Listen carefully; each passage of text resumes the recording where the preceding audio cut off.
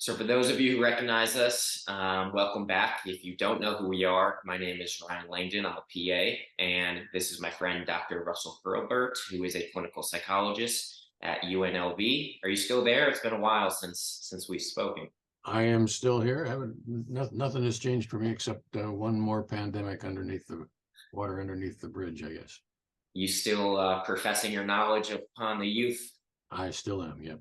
So many years ago, about 3 years ago, I participated in his research. And kind of what that entailed was I would wear a beeper in my ear, and about 5 times a day, it would just beep. And at that time, I would have to write down what I was thinking, how I was thinking, what I was doing, things like that. And then at the end of the day, or within 24 hours, we would get together and we would discuss kind of everything that was going on at that time. And you would poke and prod and try to figure out exactly what was going on. And that was a pretty good experience. It was quite therapeutic, actually. I think I've told you that in the past. How many years have you been doing this? I built my first beeper in 1973, so it's be 50 years in August. 5 decades. I don't mean to age you here, sorry. It's been a while. And you've been kind of focused on studying internal experience. In your words, kind of explain what you've been looking at for 50 years. What I'm interested in is what appears before the footlights of consciousness, so to speak. So sometimes that's a thought, as you just described it. You were supposed to look for your thoughts, but thoughts is just one kind of inner experience. There's also visual imagery and sensory stuff. Whatever grabs your attention out of the welter of possibilities that you might be interested in. I'm interested in what you make more or less salient for you at some particular moment. And a lot of the attention that has been on myself was the internal monologue video and discovering that some people may have an internal monologue. That's not a word that you use, and some people that don't. And throughout our experience, we've discussed that maybe not everybody has the best grasp on what's going on inside of their own head. They're not paying attention to it. So you like to use the word inner hearing and inner speech. Is that correct? Not exactly. I prefer inner speaking rather than inner speech because I think it's a verb, not a noun. I think it's inner speaking is something that you do. Yeah. To say that it's inner speech implies that there's this thing called inner speech that you can take off the shelf and say, well, I'm going to engage in inner speech now. But I don't think that's the way it is. I think that you actually speak. It's sort of the same that you wouldn't say I engage in dancing. You would say I dance. And yes. And it's basically the same logic. It's an inner speaking is an active process. And inner hearing exists as well. Inner hearing is hearing things in your imagination. It could be hearing your own voice. It could be hearing music playing in your head or whatever. And there again, it's a verb. It's something that you do, that you bring forward before the footlights of your consciousness.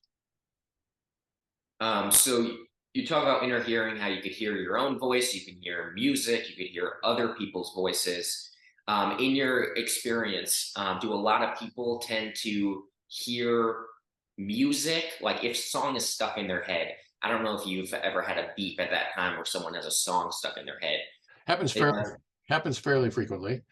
And when that happens, most of the time it's experienced as hearing the song just like you were hearing it on the radio or wherever. The people's inner experience seems to duplicate that. Most people can't make a claim that it's actually exactly the same as on the radio because that would require making some kind of a veridical comparison between this and that, and you can't really do that in your experience. But your experience it sounds to me like I'm listening to the song on the radio, and very often it's not the whole song; it's some little piece of the song, some phrase of the song that sort of repeats on a loop when that kind of thing happens. Yeah. I would say most people don't have such earworms as they're sometimes called, but when they do, they have the characteristic of the way earworms are usually described, which is to say they're repetitive and stay for a long time. So you'll see them in this beep, and then you'll see them on the next beep, and then you'll see them on the next beep. separated by some number of minutes in between. So I'm notorious for not being good at understanding or hearing the lyrics. For whatever reason, my brain just not does not absorb lyrics. So when a song gets stuck in my head, from my experience and my own perception of it, I tend to just hear like the melody and not actually hear the lyrics that are going on. And my fiance is the complete opposite. She'll listen to one song and just know the lyrics from beginning to end somehow. And I can listen to it 50 times and I just simply cannot get the lyrics. And I was just wondering if that's kind of something that other people have projected to Well, you. it's definitely the case that some people will hear just the lyrics and not the accompaniment, and other people will hear the accompaniment and not the lyrics. Yeah. So And that, I would say that what you describe, assuming that it's true, and I would say most people are not exactly. I think you discovered about your own experience 3 or 4 years ago, whenever that was. People are mistaken about characteristics of their own inner experience. I would say that's one of the sort of major findings of my research over the decades, is that people really don't know the details. But assuming that's correct, I would say that inner experience is a multi-processing thing. So to hear the lyrics and the music requires different parts of your brain or apparatus or whatever you want to call it working together to put those things together. For some people, it's more prominently lyric, and some people it's more prominently music, and other people both. so you were kind of touching on it a little bit. You were saying that a lot of people don't fully understand or have a good perception of how they're experiencing things. Do you have any examples where someone kind of came in with a preconceived notion, and then after kind of doing your experiment, you were able to show them that they were kind of seeing things a different way? Well, I think that's how we met in the first place. Is about the inner speaking deal. A Yeah. lot of people, I would say, most people in our culture anyway, most people in our culture understand themselves as speaking to themselves, and they're adamant about it. I speak to myself, and very many of those people are mistaken. But I don't try to talk them out of it. What happens instead, and I think it happened with you, if I recall correctly. Well, actually, I think you discovered that you do actually have sort of a lot of inner speaking, but not as often as you thought. I think you thought it was sort of full time and is only sort of frequent Yeah. as opposed to full time. But the way the process works is that if you're a subject in my research, you would come in and you would, at a moment of the beep, and we're talking about the beep, you would say, well, I was saying to myself that I should go to Einstein Bagels. And I would say, well, what exactly were you saying, Ryan? And you would say, well, I like Einstein Bagels, and so I think I should go there. And I would say, well, that's quite a bit different from saying I should go to Einstein Bagels. I like it. I should go. That's sort of different. And I'm interested in what exactly what you're saying. If you're talking to yourself, I would like to know what the words are. I'm interested in words. Yeah. And so next time, then you would come back and you would have another beep where you were talking to yourself, and I would ask you exactly what you were saying, and you would say, well, I forget. And I would say, well, I'm interested in words. Tell me what those words are. Next time we get a beep. And then the third day, you would come back and say, well, I've been telling you that there are words, but there aren't really any words in my experience.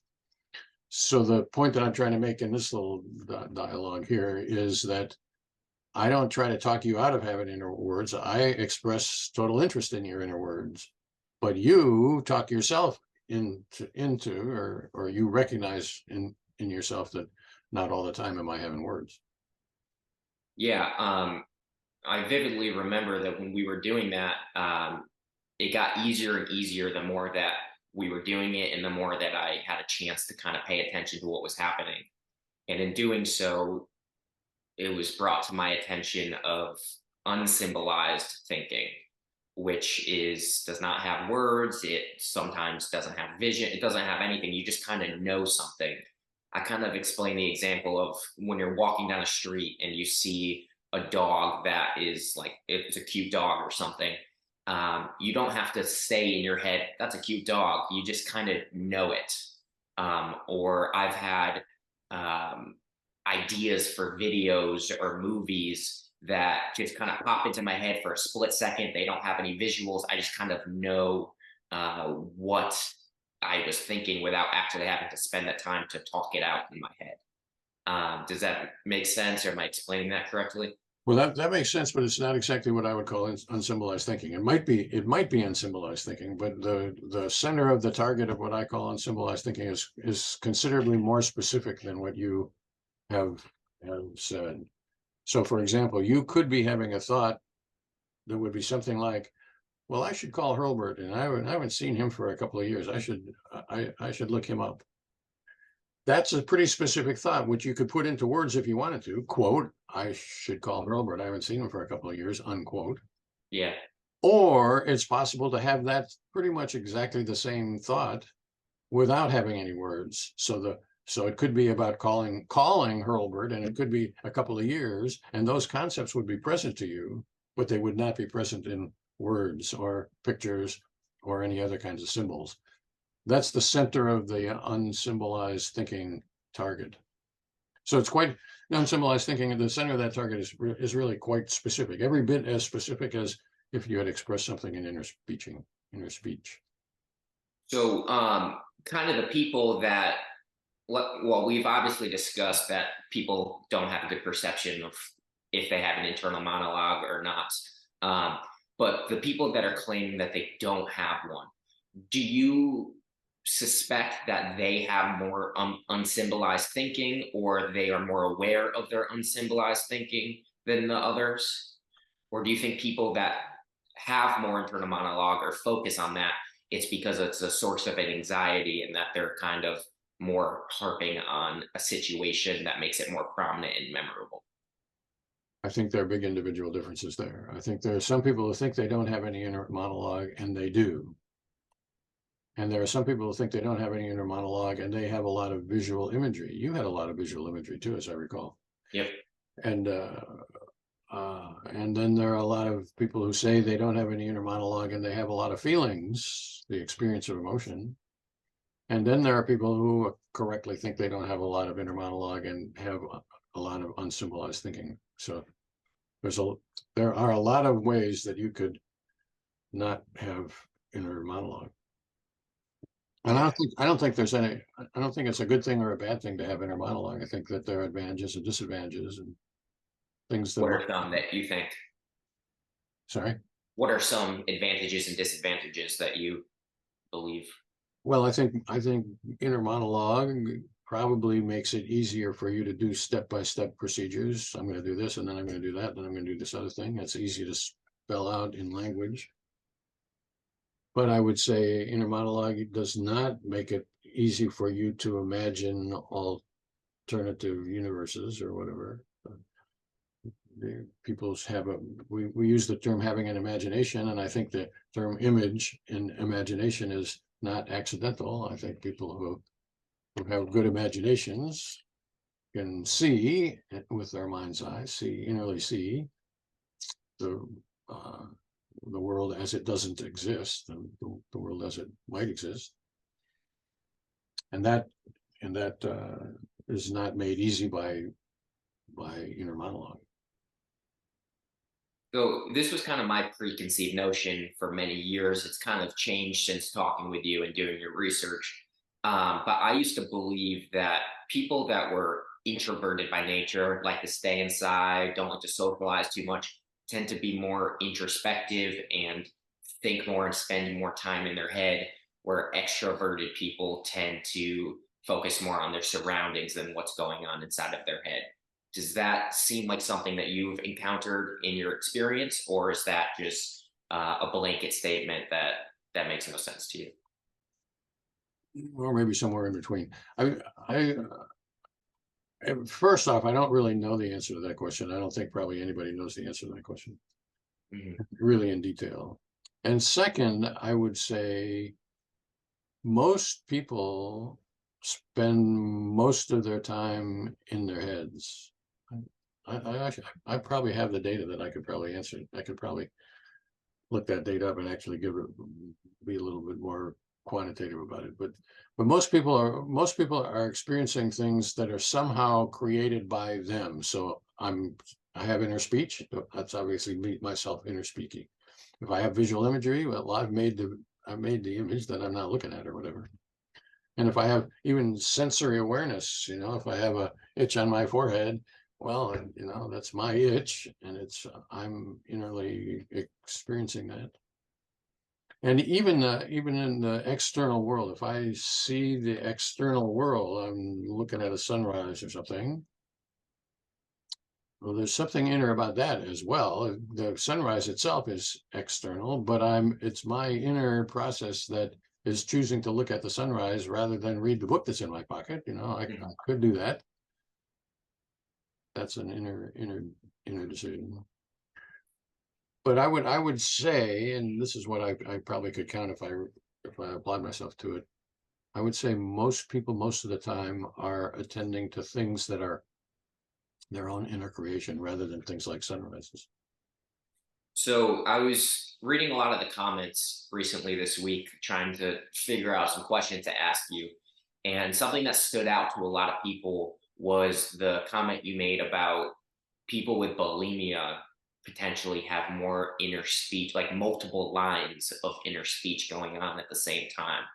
And there were some people that could relate to that. Is there anything more that you can kind of explain or talk about to explain that in a little more detail? Well, I wouldn't say that it's necessarily multiple lines of inner speech. It's multiple lines of inner experience. So it could be multiple images, or it could be a combination of, one or two inner speakings and a couple of inner visualizations at the same time. So I still think that's true. And I think it's underappreciated.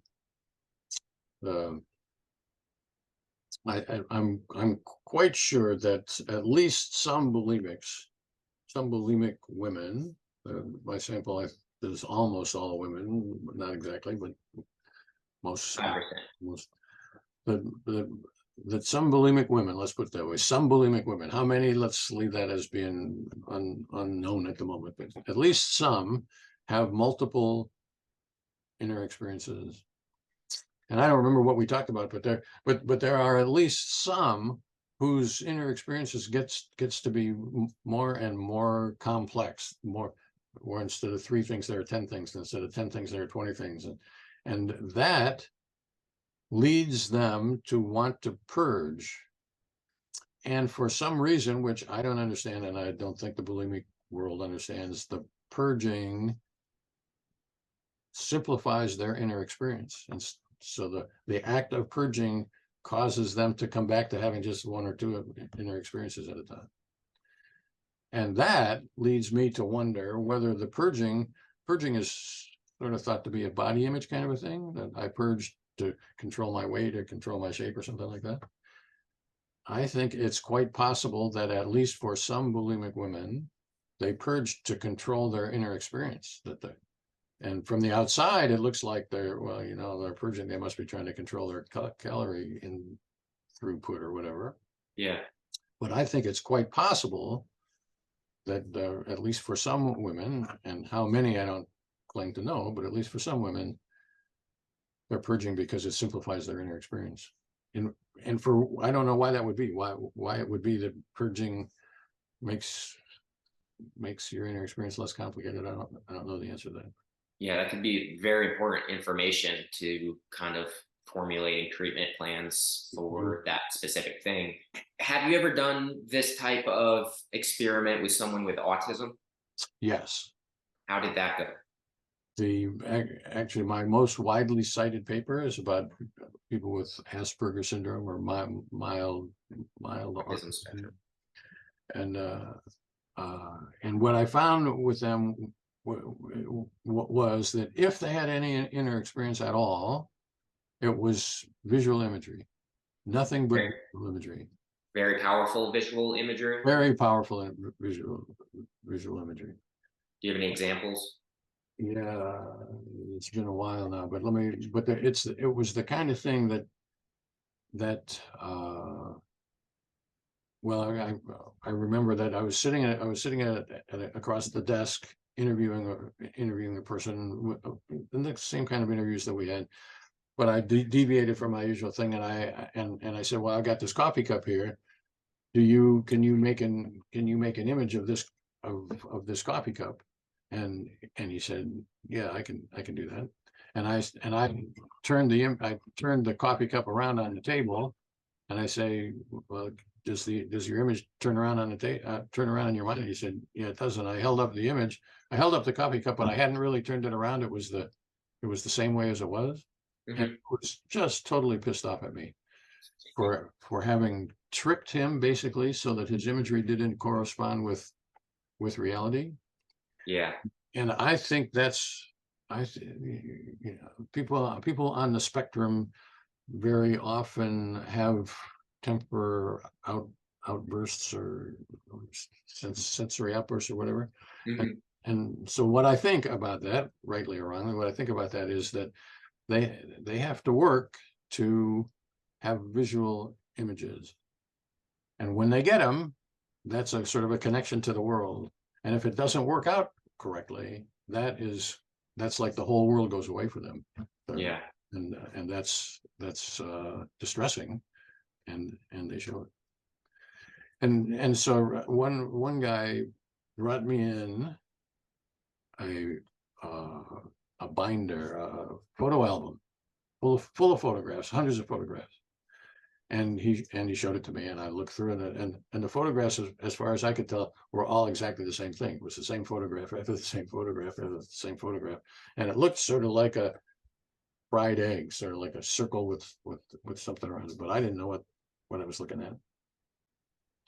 And it turned out that these were uh, pictures of the light fixtures in the ceiling of London undergrounds. This interview took place in London. I was in London at the time while I was doing these interviews.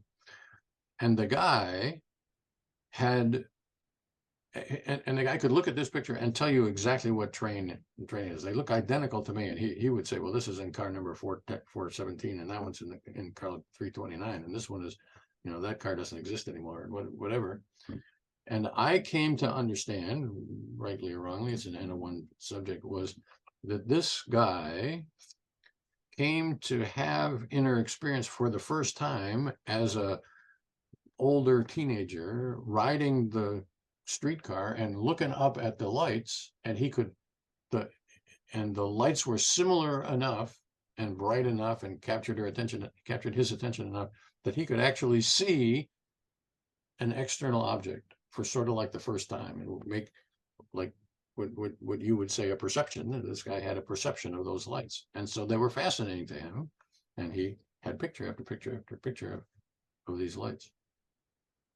I was a aide to two autistic brothers, and one of them, he was, I think, 9 at the time.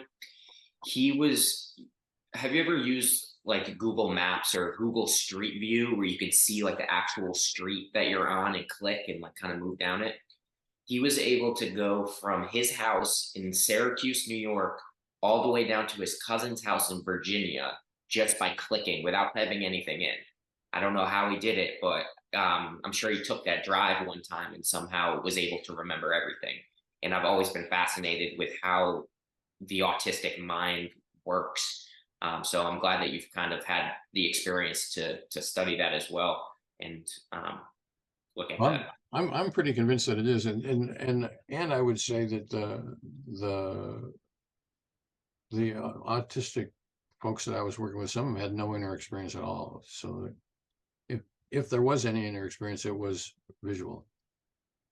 And I got to the place where I had become pretty convinced of this, and working for a fairly long time with this guy, and all that was present in his experience was visual imagery, and really detailed visual imagery. Like he could see a watch, and he could see the outside of the watch and the inside of the watch at the same time, and all the gears, and each like perfectly visualized or whatever, but only visual.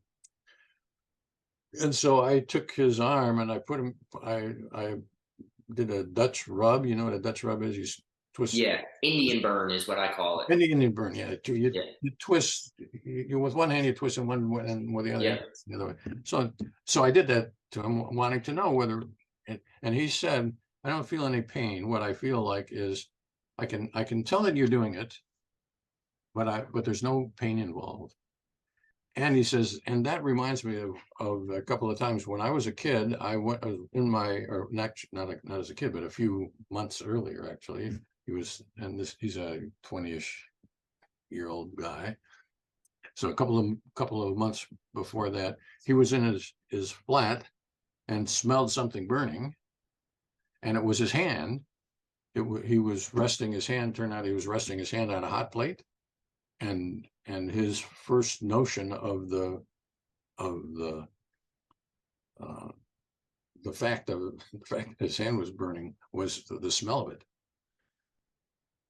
And he said when he was a kid, when he had been a kid, this is the story that I got confused with about before, but when he had been a kid, he wanted to, his tooth fell out, and his mother said, put it under your pillow and you'll get a quid.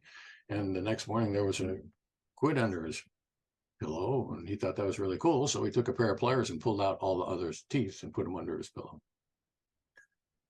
which is not something that you or I would do. And No. so it leads me to think, the story of visual imagery being the only kind of experience that comes together, at least for this small subset, is probably a true story. I used to have the theory, never did any type of research on it or investigated it any further than just thinking about it. But I always felt like people with autism had this super visual experience, internal experience, that to the point where it would almost take up all their other senses. And that's kind of why their social skills lack, because most of their attention or the part of their brain is focusing on something else. I don't, yeah. I think that's actually pretty close. Yeah. I think that it's like a neurotypical person is a little more balanced. Like if you had like a piece of pie, all the slices would be equal, where someone with autism has a much bigger slice of the pie that is a visual internal experience. Maybe one of the world's most well-known autism spectrum people is Temple Grandin. That name mean anything to you? Yeah, I've heard. Temple Grandin is a professor at the University of Colorado or someplace like that, and one of the things that she does is design feedlots for cattle, and she does that by visualizing what the cow sees when the cow is doing whatever it is that the cows do. And she has a book or two called Thinking in Pictures. So her claim is that thinking is her thinking is visual. She has some theories about how visualization works, which I don't agree with, but the overall claim that there are the strongly visual people on the spectrum are likely to be strongly visual. I think that's probably true. Okay. Well, I appreciate it. And I'm sure you have a busy rest of your day. So thanks for taking the time. Thanks, Ron. Nice talking to you.